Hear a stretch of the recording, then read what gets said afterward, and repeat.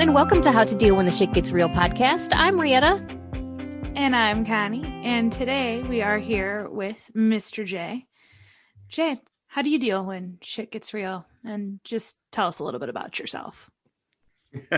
I bury my head in the sand. That's what I do. No, so thank you for having me on. I appreciate it. I am Mr. J. I am an intrapersonal relationship coach, which deals with the relationship you have with yourself.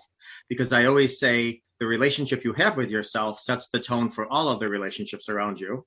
And I'm also a betrayal trauma practitioner. So what I do is I help guide those that have been through betrayal trauma through some of the steps to go from whatever you want to call it, hurt to hopeful, obstacle to opportunity, victim to victor. I help guide people through the steps of betrayal trauma because betrayal trauma, unlike other types of trauma, is more personal. It's more intentional.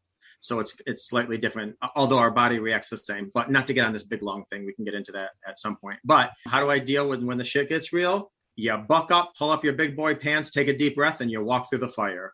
Or like I like to say, you buckle up, buttercup. That's a better way of saying it, yeah.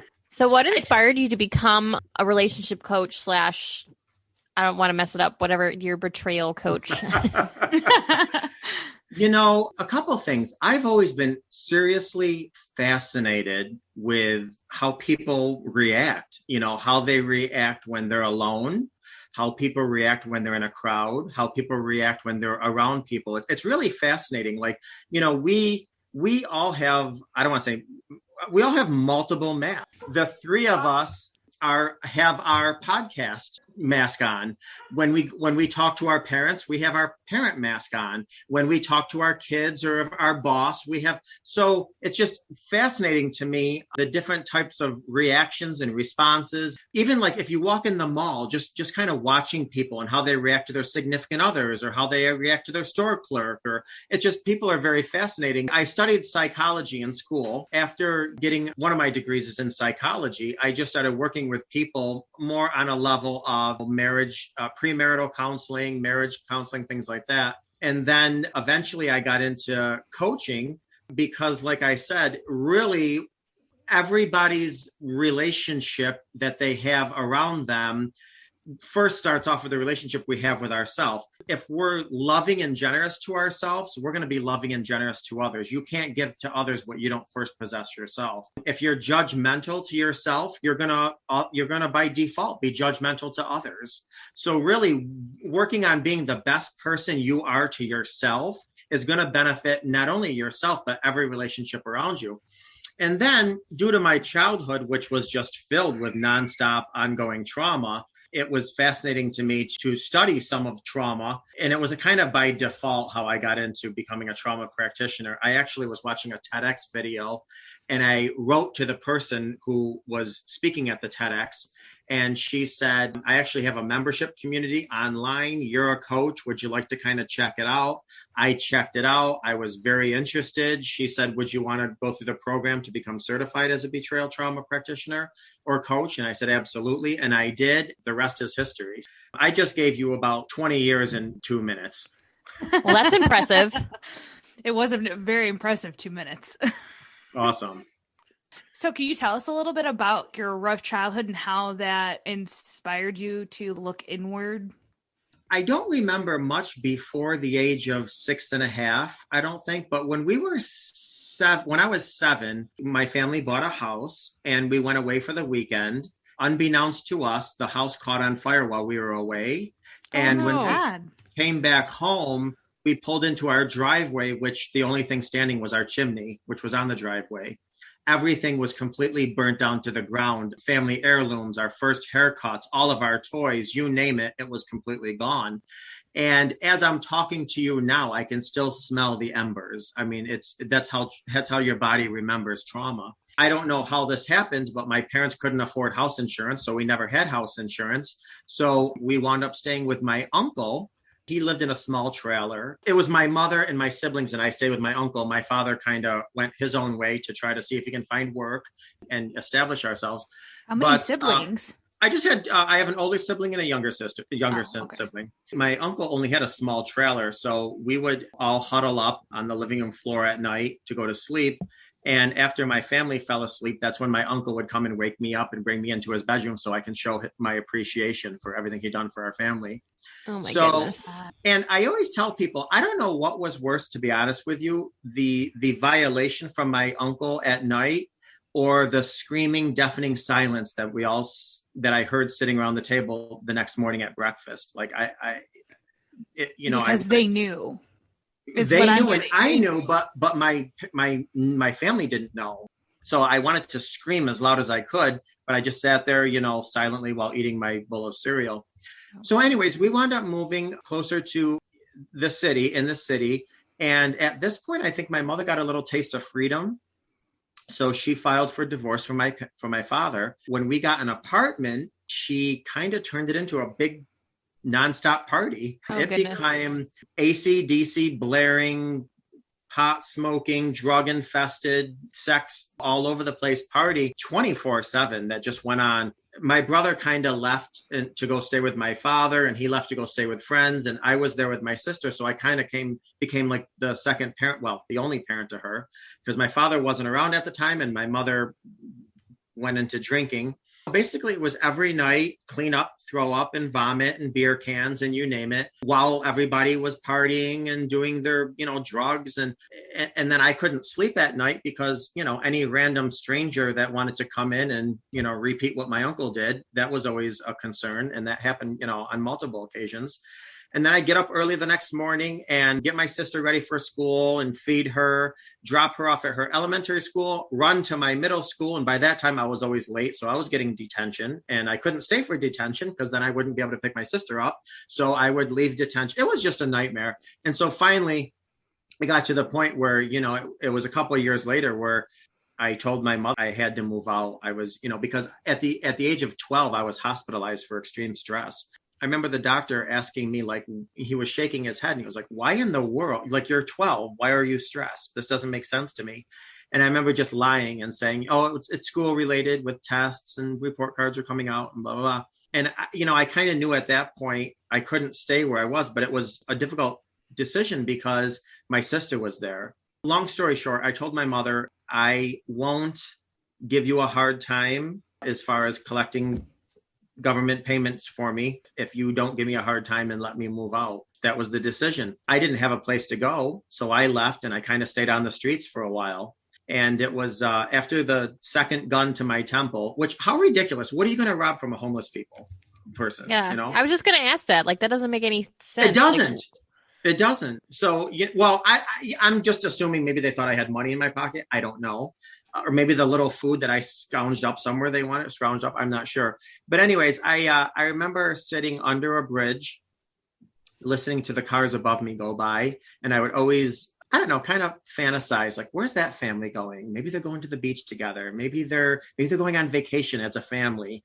And I just vowed to myself that I was going to do better for myself in life. And that was the beginning of turning around. Eventually, I got 2 jobs bagging groceries, but I couldn't work many hours because I was underage. One store didn't know that I was working at the other one. They assumed I was in school. So I got some hours at one store, some hours at the other store. But I lived on one side of town and I worked on 2 completely different sides of town. I had to literally run 8 miles from one store to the next to bag groceries. And I used to love it when I'd bring groceries out to somebody's car and they'd give me $1 for a tip because I'd think, ooh, now I can get ramen noodles. Chicken's my favorite flavor. And so eventually I was able to secure an apartment. How in the world a landlord let me rent an apartment at the age of 14, I don't know. But I must have been a good suave talker. I'd say so. Yeah, really. Mm-hmm. Or maybe you looked older. Yeah, and probably spoke older too because of my, hellish life experiences. So, obviously, quit school, worked my jobs and did that until I got pretty low at one point. And I remember walking to the community college, which was a good 15 miles from where I was living. I'll never forget, her name was Mary McMahon. She was, an admin person. I forgot what they call them. She said, okay, we need high school transcripts. And I said, well, I went to 6th grade. I don't have high school transcripts. And she says, well, I need a letter from your parents. And I said, I haven't talked to them in years, so I don't think you're going to get a letter from my parents. And it was hard. It was difficult because it was another obstacle. It was another challenge that I didn't think I was going to be able to overcome. And she just kept doing her paperwork at her desk, and she was kind of ignoring me. And I said, Mary, I don't know what to tell you, but I promise you, if you pull strings to get me into this college, I will prove to you in the first semester that I'm college material. If not in the first semester, I'll walk away silent. I promise. I don't know. I don't have any paperwork to give you. I don't have nothing to give you but my word. Mm-hmm. And I remember she turned around and she was doing something in the filing cabinet. And I thought, man, she's just going to ask me to leave. I was a little defeated at that point. She turned around and she put a piece of paper on the desk and she said, 1 semester. And if you don't make it, you never sat in front of me. Well, 2.5 years later, I graduated with high honors. I went on to my bachelor's degree, graduating with honors, and then eventually on to my master's degree with a lot of hard work and dedication, graduated with honors. That's awesome. Impressive. Do you still talk to Mary? Have you gone back and said, thank you for giving me the chance? Interesting that you would ask that, because, Rietta, for the past decade, I have been saying, I got to look up Mary McMahon. Now, she was, how do I say? Older? Yes.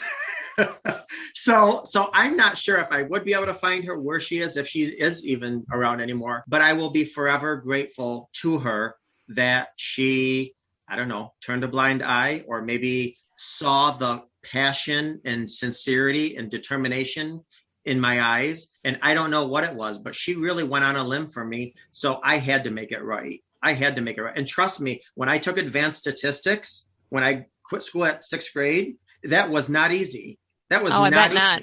But when you go through hell, the rest is kind of just like, I'm not going to say cake, but you've been through the worst. Well, Mary, if you're out there listening, Mr. J is thankful. Yes, absolutely. Indebted forever. Then I wound up, like I said, I just gave you 10 years and 10 minutes, but what wound up happening is I actually went into my first semester of college. And with that first semester of college, I was able to get 12 college credits. And it just so happened that with my 12 college credits, I was able to get what's called a high school equivalency with those 12 credits. So I went to the following semester, I went to sign up for college, and the registrar's office said, well, are you registered with Selective Service? Now, here I am. I just turned 19, as all 19-year-olds. Sorry, you're relatively clueless. I said, what in the world is Selective Service? And she said, well, call this number. So I called this number, who transfers me to this number, who gets me on this number, who I'm on hold. Finally, I'm in touch with an Army recruiter. I'm like, how in the world did I get on the phone with you? He starts talking to me. I'm like, oh no, I'm not in. No way. No, nobody in my family was ever in the military. I don't have a military background. I don't know nothing about the military. Not interested. No, sorry. He's like, why don't you just come down? We'll have a conversation. I said, yeah. That's how all these start. Not interested. But one thing led to another. And I was sitting in front of an Army recruiter. And next thing you know, I'm signing 8 years of my life away. What happened was I joined the military using my equivalency degree because I had my 12 credits of college. And then from there, after I came back from training and my AIT, and that's schooling for people that aren't familiar with military, it's schooling in the military. And then I came back and I finished up my college while I was serving in the military on the weekends. And what they call them is a weekend warrior. You're not going to like what my husband calls them. I'm sure. And you know what? Okay, so your husband can even hate me more after I say this. Oh, gosh. I missed 2 wars by a matter of months, but I still am considered a veteran. I get all the benefits of being, I don't get any payment, don't get me wrong, but I can get 10% off at Lowe's, and hey, I'll take it. No, he wouldn't care that you're a veteran. He thinks he's funny, so he comes up with goofy names for things. So, yeah. Well, share it. Hey, if shit can get real, share it. He calls reservist tampons. I love it. Duly noted. That's awesome. And you know what's funny about that, Rietta, is you want to know what my husband calls a tampon? Oh, God, what? a reload. Oh my gosh. That Plug just it got in, plug it awkward. in. Yeah. No, so- hey, I just thought it was funny. Kind of connects. I'm just saying that your husband and my husband think a little bit too much alike. A little all bit. I'm saying. A little bit. Great minds think alike. Hey. I guess so. So anyway, just to fast forward a little bit, when I finished my bachelor's degree, because I told you I did eventually go into my master's, but when I finished my bachelor's degree, one of my passions in life on top of psychology was theater and entertainment. I'm from upstate New York. And so I told myself, whenever I finish with my bachelor's degree, I'm going to move to the big city and pursue film and television. And that's what I did. So when I was about 27 years old, I gave myself a year to downsize all of my things in my apartment, give away, sell, whatever. And at the end of the year, I moved to New York City and I pursued film and television. And I was there for probably about a year and a half, where, I was on Sex and the City and Criminal Intent, and I did some background stuff in some movies. I actually wrote and recorded a dance album. Believe it or not, I joined a Jewish traveling boy band, even though I'm not Jewish. And that was I love it. We were actually booked on the Jimmy Kimmel show at one point. So I did a lot of things in the entertainment industry. But you know what they say? You don't find love, love finds you. So one day I just was like, whoa, I think I have feelings for somebody. The next thing you know, I'm in a Ryder truck going down to Georgia because my spouse got into law school. That was never in my life plan. But as I'm sure you know, you're on one path in life and all of a sudden life is like, no, I think I want you on this road. And you're like, oh, okay. I can either go kicking or screaming, or I can embrace it. I went into teaching while in Georgia, and I taught at a hospital because, by federal law, even kids that are in the hospital, whether it's, leukemia, what have you, they still have to have an education. So I worked in a hospital and I taught there for a while. And then after law school, we moved to Washington, D.C. And that's where I got heavy into doing premarital counseling and some marital counseling. And on top of that, I also taught at a school for juvenile delinquents. So it was like the last stop for these kids before they went to, behind bars. If they didn't get it right here, they were going behind bars. And that was awesome. And I'm going to tell you why. Yes, we did have teachers that left in ambulances. I mean, I don't know if you ever saw that movie with, what was it, Higher Ground? This was a pretty hardcore school, but because of, I think, my childhood and because of my theater background, I was always able to regulate the temperature of my class. I didn't come in with this, stern or nothing like that. If I felt there was a fight about to brew in my classroom, I'd jump on my desk and belt out some opera. And all of a sudden my kids are like, okay, this is crazy. Let me just turn around and finish my math. That's why I said, I don't know if I said this, but I was thrown in special ed when I was in second or third grade for a mere speech impediment. Now, special ed 40 years ago was not the special ed it is today. Yeah. I think because I had they did some testing on me. And I think because I came from a difficult home life and because I had a slight speech impediment, they just threw me into special ed. I think, between me being in special ed and my theater background and my childhood, every year I was winning awards for best classroom management, most progressed with their students. So it really worked in my advantage, all the hell that I've been through. It was a job you were meant to do. Yeah. So I have to ask, because I'm a huge Sex and the City fan, and now I'm going to have to go back and watch. What episode Lord. were you in? First of all, 99.9% of everything I was ever in is on the floor, cut in post-production. But I was on a couple episodes. One of them was a Sailor episode, which actually... That was Fleet Week, right? Yes. What's the pretty sexy one? Sarah Jessica Parker. Do you want real names or Sex and the City names? It doesn't matter. The sexy one that's always voluptuous and talking sexy. Samantha. Yes. So there was a scene in Fleet Week where she had to lift up her shirt, and I was directly in front of her, however, on the side of the camera. So you can't see me, but I was directly in front of her, and that scene had to be taken 12 times. So she had to lift her shirt up 12 times. And I was thinking to myself, man, if I was straight, I'd be loving life right now. Oh my gosh. I love Sex and the City. So now I have an excuse again to go back and watch it more and see if I can spot you. It's like, where's Waldo, but where's Mr. J?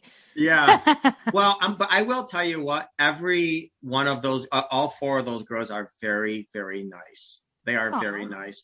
I will say every scene Sarah Jessica Parker is in, she standing on top of some box because she's relatively shorter.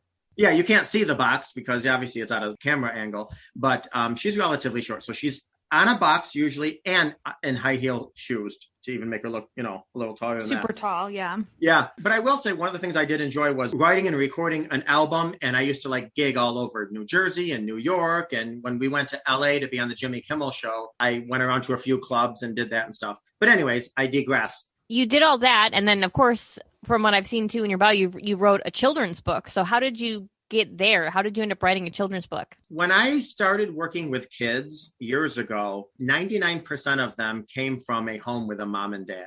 Washington, D.C., that was about, 18 years after I started working with kids. 99% of my kids came from a single family home, or they were raised a grandparent or raised by a foster parent or raised by a sibling. So the family dynamics changed considerably. However, the books that I would read to my kids didn't change. So I worked in a very inner city school district, and there was just no money for books. And even if there were money for books, there weren't books that represented my population. And I remember one time kind of, venting to a teacher about, we don't have any money for books. And even if we did, there's really no books. And it's just a little disheartening because at one point I taught second grade story time, books that represented their families and stuff. And then while I was talking to this teacher, it hit me, write one.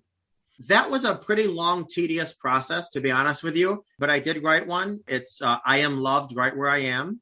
And it talks about no matter what family dynamic you come from, you're supposed to be there and you are loved. It's on Amazon and it has 99.9% 5 stars with everybody that's, purchased the book. And basically now what I do, the book still sells, don't get me wrong. But now when I go around and like, if I do speeches at schools or if I talk, whatever, I give my book away because, it's a necessary book. So that's my book. Now I work primarily with people that have been betrayed, really the gamut. I will get calls from people that have to do a stage presentation and they just need a little little boost of confidence. I'll get calls from people that, looking for some ways to increase their self-esteem or whatever. And then certainly I get calls from people that just discovered their spouse has been living a secret life and they are on the verge of taking their life. Okay, I was just going to ask if that was what betrayed meant, like if they were getting cheated on. So you clarified. So that's perfect. Yeah. Now, having said that, betrayal trauma can happen to you. We could be betrayed by our parents. We could be betrayed by our kids. We can even be betrayed by ourselves. Think about it. If you're exercising and you're eating right and you're doing all the right things, and then you go to the doctor and you find you have, a lump in your breast and you have cancer, that's a betrayal. Betrayal trauma can happen and actually does happen to all of us, whether it's little t or big T trauma. For the betrayal trauma, as a coach, how do you treat it, the betrayal trauma? First of all, that's completely individualized to every person. One of the things that I do is called an IHP. And this is just something that I do. No other coach does it as far as I know. And it's an individualized healing plan. So what I do is I ask people, tell me about yourself in terms of what's your attachment style, fearful attachment, sometimes anxiety attachment, sometimes a secure attachment. So I ask them, what's your attachment style? And if they don't know, then I give them a test to find out. I also ask them, what's their love language? I also ask them, where in the sibling group do you fall? I also ask them what hand they write with, because honestly, for as little as you might think about this, left-handed people already live in a world that's not predominantly for them. So I ask them a billion questions because think about it. Are you guys familiar with the love languages or no? Yes. Okay, because think about it. Hypothetically speaking, somebody with the love language, let's just say of physical touch, is going to handle a physical affair much differently than somebody that has a love language of, let's just say, acts of service. So it's just these little tiny differences that I ask about because I want to give an individualized healing plan to someone. And when it comes to trauma and healing trauma, pebbles make mountains and raindrops make sea. Every little aspect counts and is important. And so that's the first thing. The second thing is I ask about their narrative. What is your narrative? And I challenge that narrative if I feel that it's not serving them. So for instance, hypothetically speaking, let's just say I'm dealing with somebody whose spouse has an addiction and they're telling me, I can't believe it. They, would leave work and they would go have the time of their life and they would blah, blah. And that's not the case. That's not the time of their life. They were dealing with an illness. So again, it's addressing the narrative. Now, it also depends on, are you guys working on reconciliation or are you working on a separation? Was there a therapeutic disclosure? So, there's a big, long, detailed process. It's a long journey, but one worth taking. And I'll tell you something, people that go through the steps of healing from betrayal trauma come out to be some of the happiest, best, confident people, whether they've reconciled or divorced. I could see that because, betrayal to us as humans is probably one of the biggest thing on the list that we don't like. So to be able to come out of it, I could see why that would make people really happy and respectful because they made it out of something that they probably didn't think that they would. Yeah, no, absolutely. And, another thing too is when I used to do premarital counseling, I would try to incorporate, if there's such thing, is an affair-free marriage. Because listen, both of you guys are completely different today than you were 5 years ago. Mm-hmm. And you guys are going to be different people 5 years from now than you are today. So unless you and your spouse are constantly building bridges to one another, get to know the evolvement of the new humans that both of you are, you're going to just separate. And unfortunately, we live in a society that's constantly pulling people away. Every aspect of our life, somebody's pulling you in a different direction. You go to work in the morning, your boss wants more out of you.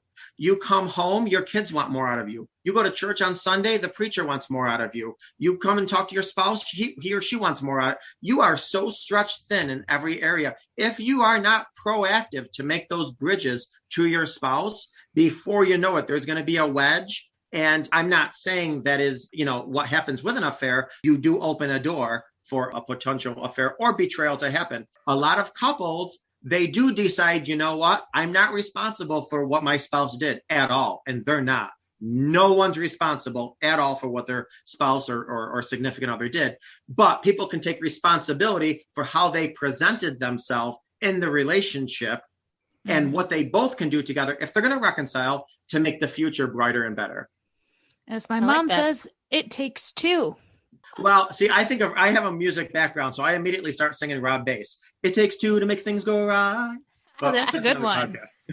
Whenever I see that, I picture Ryan Reynolds singing that. And what movie was he in? Oh, yes. The Proposal, when he's singing it. Yes. That was a good movie. He even got up there with his voice. I can't sing that high. That is awesome. That was a good movie. That's just what it makes me think. As soon as he started singing it, that's what popped in my head was Ryan Reynolds. Yeah, I wasn't about to sing that high, but. And if you have a spiritual background, it takes two parties and the higher creator. I always say marriage is like a garden. What gets watered is going to flourish and grow. Oh, that's nicer than my it takes two. Yeah, I like that. I like gardens anyway. So on that same vein, I guess, I always tell people, the grass isn't greener. The grass is greener where you choose to water it and mow it. Yep. So where you give your time and attention to. And you know what? Even if the grass is greener on the other side, that still has to be mowed too. So not everything's all glitter and gold. So what the top thing or top piece of advice you'd give to a single person and to a couple? Okay, so you mean single person 18, single person 65, single person that wants a relationship, single person that doesn't care about a relationship? Just a single, just general. Like what's like the best advice for a single person in general? Coming from being an intrapersonal relationship coach, working on the relationship with yourself, I would say to get to know yourself. So I am a wedding officiant, and so I marry people, for lack of a better term. And so many times I am seeing an exchange of I do's between people who have no clue who the I am is.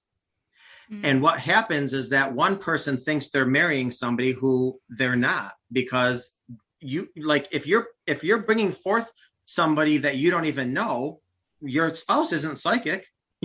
So I would say, get to know who you are. And I'm talking about from a basic level, your likes, your dislikes, the books you like, the books you don't like, your boundaries, your things that bring you passion in life, things that bring you peace, and enjoy life. Because once you get married, the dynamics change. It's not that you don't enjoy life anymore. It's the dynamics change. And if you're not ready to negotiate and to compromise and all that stuff that's absolutely needed in a marriage, then do not go and start seeking somebody. Let me tell you something, and I know I kind of went on and on with this answer, but it's convenient, the society we live in, right? We have everything at our fingertips.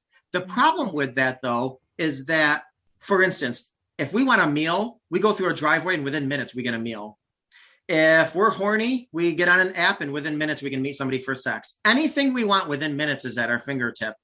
True relationships, that's not the way it is. It is a very slow growing garden where you're going to be bored sometimes. You're going to be frustrated sometimes. If you're married for over 2 years and you haven't thought of leaving, then you're not in a real marriage. Marriage is not. So if you are single and you're not all about forgiveness, you're not all about negotiation, you're not all about compromise, you're not ready to be in a relationship. Laying it out the true way. Yep. You know, one of the things is that if we're not going to learn the lessons proactively in a good way, we're going to have to go through the school of hard knocks. And that doesn't feel good a lot. Somebody recently asked me my why, which I never have a good answer for that, because I always want to say, I'll tell you my why not. I don't know about my why, but I'll tell you my why not. But one of the things I do try to do is take the lessons from my trauma to help prevent other people from taking their pain and giving themselves suffering. Because listen, other people usually give us pain, but we're the ones who give ourselves suffering. If I call both of you right now, whatever, let's just say I call you bitches, right? Okay. So I just caused you pain, theory, right? Okay. Yeah. But now you take that for the next 2 days and you're like, I can't believe that guy called me a bitch. Oh, I'm so pissed. I'm furious.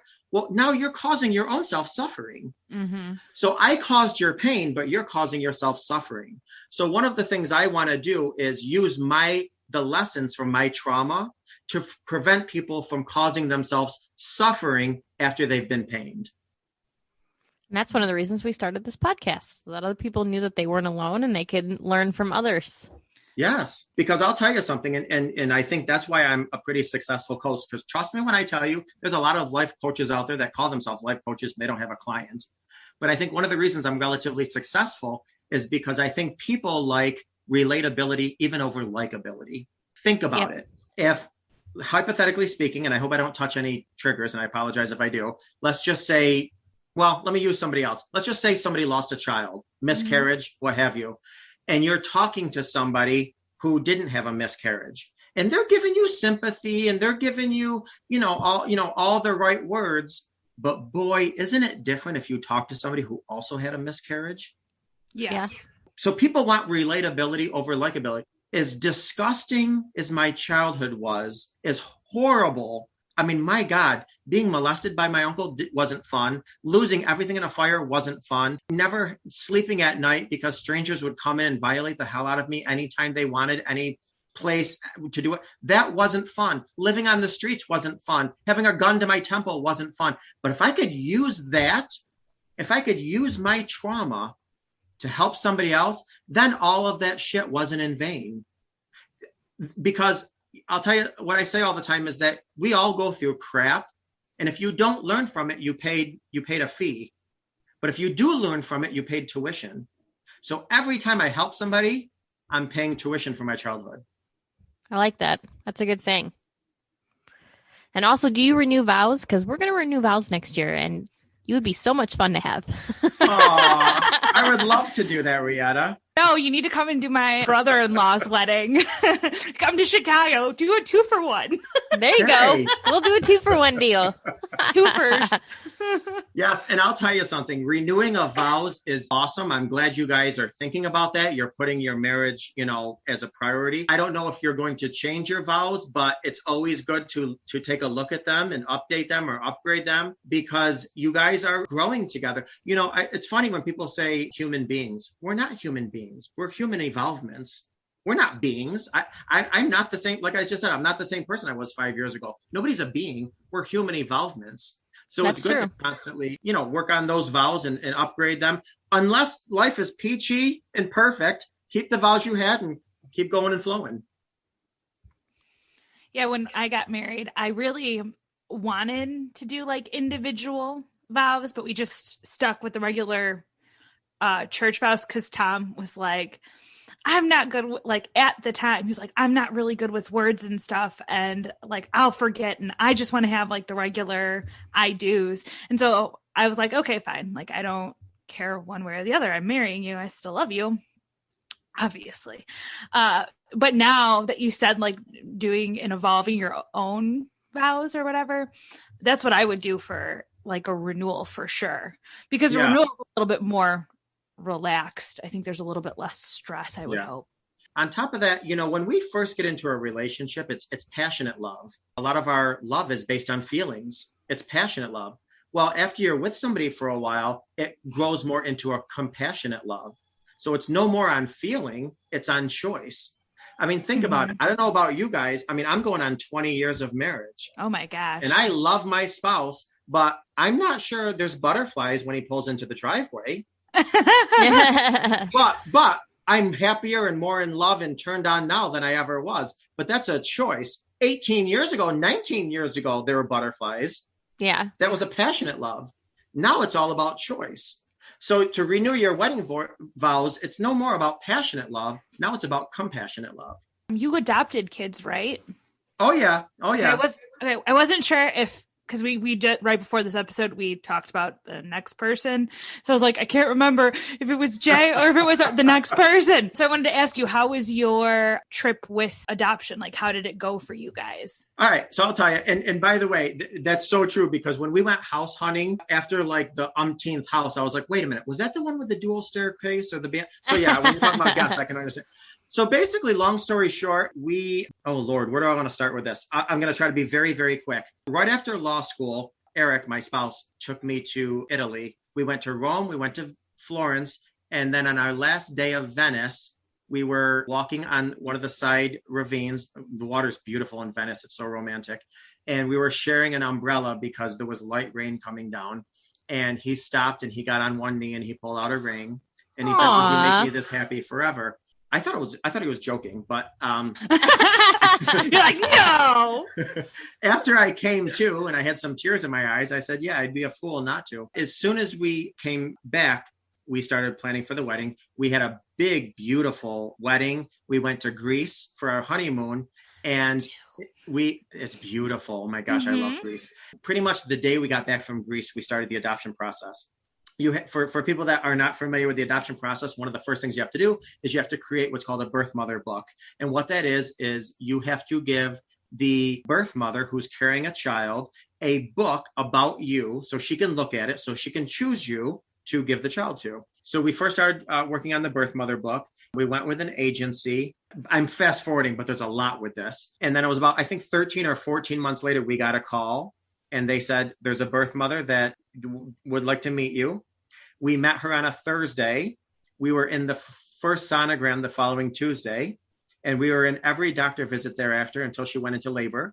Held one of her legs in the back of her neck, and I was helping her calmly breathe. Eric cut the cord. So awesome. 2 days later, we hugged and kissed and went our separate ways. And there was our son. About 4 years later, we wanted to add to our family. So this adoption happened in DC with our son. At this point, now we're in New York and we wanted to adopt again to give our son a sibling. So we started with the adoption process through a foster agency, but they were just working at a glacial speed. I was telling my spouse, Eric, I said, why don't we look into foster to adopt? And at first he was like, no, I can't see all these kids, come into the house and get close to them and then they leave. And I understood that, certainly. But it took me about 6 months to get him on board.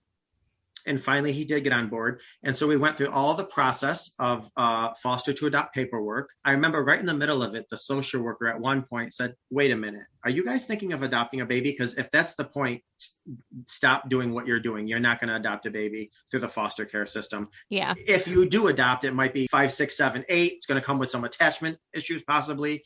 But we said, no, we want to move forward with it. And especially now, because at this point, we were already getting kids into our home and doing this fostering. And we were showing our son how awesome it is to help other loving kids. We're also showing our son how blessed he is, because a lot of kids don't have, families and things like this. So anyway, we got certified late in August. And it was the first week of September. We got a phone call from the hospital. And they said, we have a baby girl that was just delivered.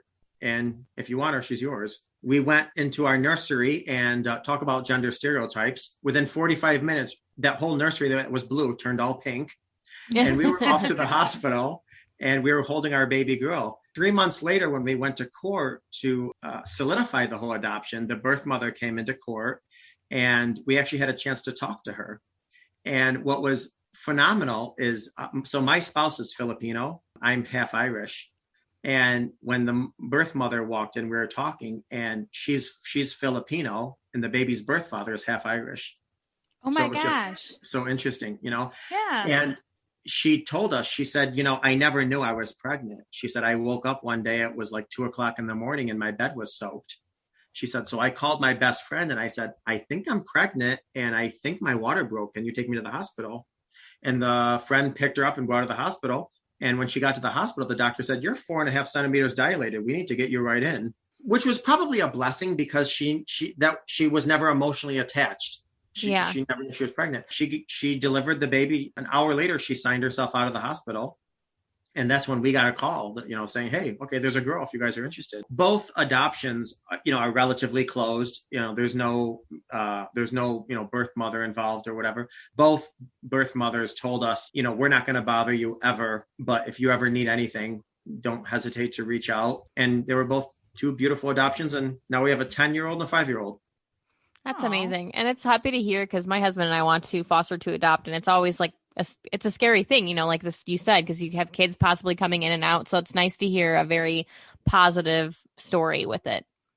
Yes. I mean, I'm sure there are some stories with foster kids. You have kids that come from all types of homes. I mean, there's kids that might want to light fires in your home or steal, you're going to get those. Honestly, the benefits are so rewarding. We've taken in kids very short term and we've taken in kids long term. And to bring a child into your home that will not let you bathe them because, obviously they've been sexually abused, to get them to a point where they're ridiculously comfortable with you bathing them, that's awesome. That's rewarding. Yeah, absolutely. Oh, right. I have all the feels now. All right. So I think this is a funny question that nobody else has gotten. So you're the first one. If you were a sorcerer, what would you use your magic wand for? I'm going to be honest with you. Okay. So well, this is a funny question, but I'm now going to turn it sad. Oh, no. No, listen, I was telling you when foster kids come into your house, I said, some of them may steal, whatever. I can't tell you how many times foster kids would sneak snacks out of our pantry and put them in their pocket or bring them into their bedroom. Mm-hmm. And I would tell them all the time, guys, anytime you are hungry, you go in the refrigerator, you go in the pantry, you get us, you never have here. You never have to steal food from you. All the food is yours at all times. And so it just really made me realize how often kids go without food. So if I could take my sorcerer powers, I would ensure no child ever went hungry.